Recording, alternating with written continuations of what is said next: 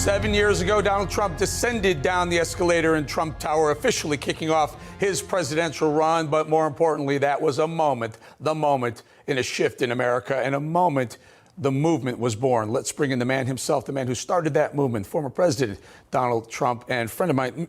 Mr. President, thank you for joining us. And I watched that eloquent, that beautiful escalator ride down, you and Melania.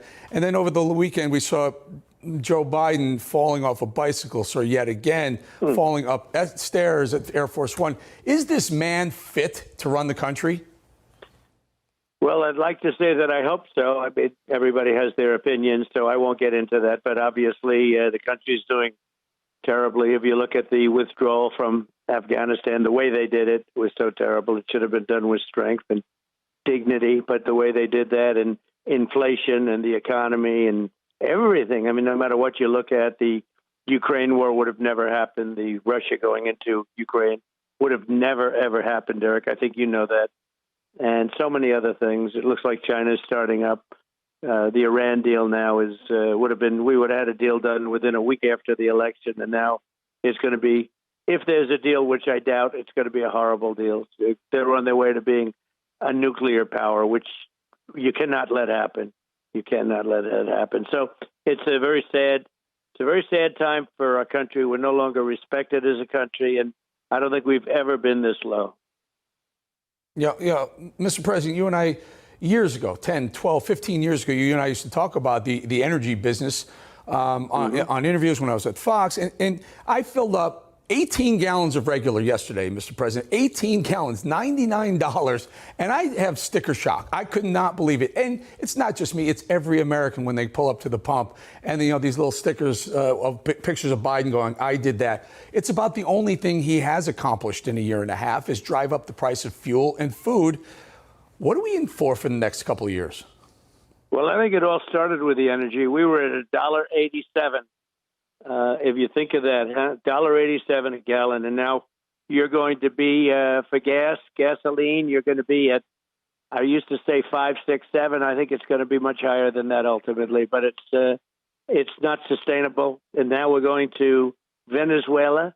You're getting them indirectly from Russia and from Iran, going to Saudi Arabia, which he said he'd never do. And whether you agree with that or not, it's just ridiculous. But more importantly, it's right under our feet. We have liquid gold right under our feet. And we were taking it like never before. And now we're begging other countries to give it to us. But they're going green. And green isn't powerful enough. It can't fire up our plants. Not even close. Mr. President, you need to take a little victory lap right here, because I spent the better part of 15 years in the oil business before coming to TV, and never, ever, ever in my time there did I see a price of a barrel of oil go to zero. And under your watch, we had so much oil in this country, the price of a barrel of oil was zero. They were actually looking to pay people to store some oil, never, ever before. But now, we're, as you point out, Biden's go over to Saudi Arabia and beg the sheiks, these trillionaire oil sheiks, to pump more oil for us. Well, I'm glad you remember. We had oil down to, actually, it was plus $37, meaning if you took a barrel of oil, they would give you $37 with the barrel. That was only for a period of an hour and a half, but that was a hell of a time. But you couldn't be a Wall Street guy because you actually had to take the oil. You had to get rid of it.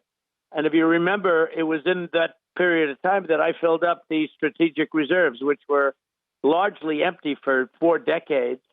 And I filled them up. And now he's using that for gasoline and for heating oil and for all of the other things, which you're not supposed to do. But that's just a drop in the bucket. But I bought 75 million barrels of oil when it was very low. But they literally would pay you to take. That's how much we did. Now, I had to save the oil companies, too.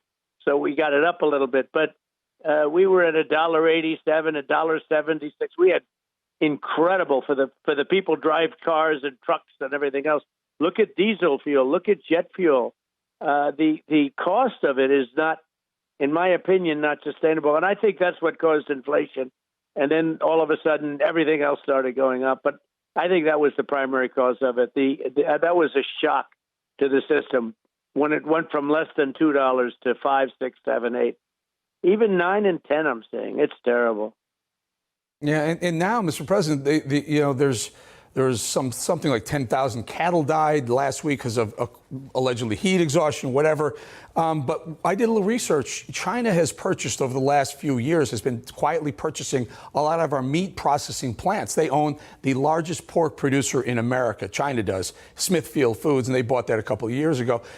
They're quietly buying this up, but they're not buying it for our consumption. They're buying it for their own. Should we be concerned that China may have some nefarious eyes on our food supply? Well, always, but when I did a deal with China for the farmers and the manufacturers. It was an unbelievable deal, and then COVID came along, and frankly, I don't even talk about the deal, but it made our farmers very, very solid. I took out $28 billion out of the taxes and tariffs that I was charging China. Nobody else charged them literally 10 cents. They didn't pay 10 cents to come in and do that to our country. But I got hundreds of billions of dollars, and I gave $28 billion to our farmers because they were treated so unjustly by China. And the farmers remember it very well. Every time I see it, I said, and when the deal was signed, because they bought tremendous amounts, they had to under the agreement, but they bought tremendous. I said, you go out and buy more land and larger tractors. That's all you have to do is more land and larger tractors. And I was right. But no, you can't rely on China to make America great again. That I can tell you. I got to tell you, and the reason why I was jumping up and down in 2015, 2016, saying you got to put Donald Trump in office, we needed a businessman in there. We needed a Donald Trump to show politicians how to make the economy work. And boy, did you ever. I'm thinking back in January of 2021, Biden was touting his stock market accomplishments. And you and I both know that had nothing to do with Biden policy. That was Donald Trump, a continuation of the Donald Trump policies. But very interestingly, Mr. President, last week when the market was crashing, Biden says to the AFL-CIO, he says, oh, I don't care about the stock market. What are your thoughts on that?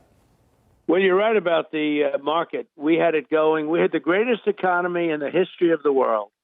And we really had it, and especially just prior to COVID or the China virus coming in. We had the greatest ever, and then we built it back, and I actually had the stock market higher than it was even before COVID, and then they destroyed it. But it coasted for a year and a half. You can't destroy things that fast. And now it's in a lot of trouble. Our country is in a lot of trouble. Our country's never been like this.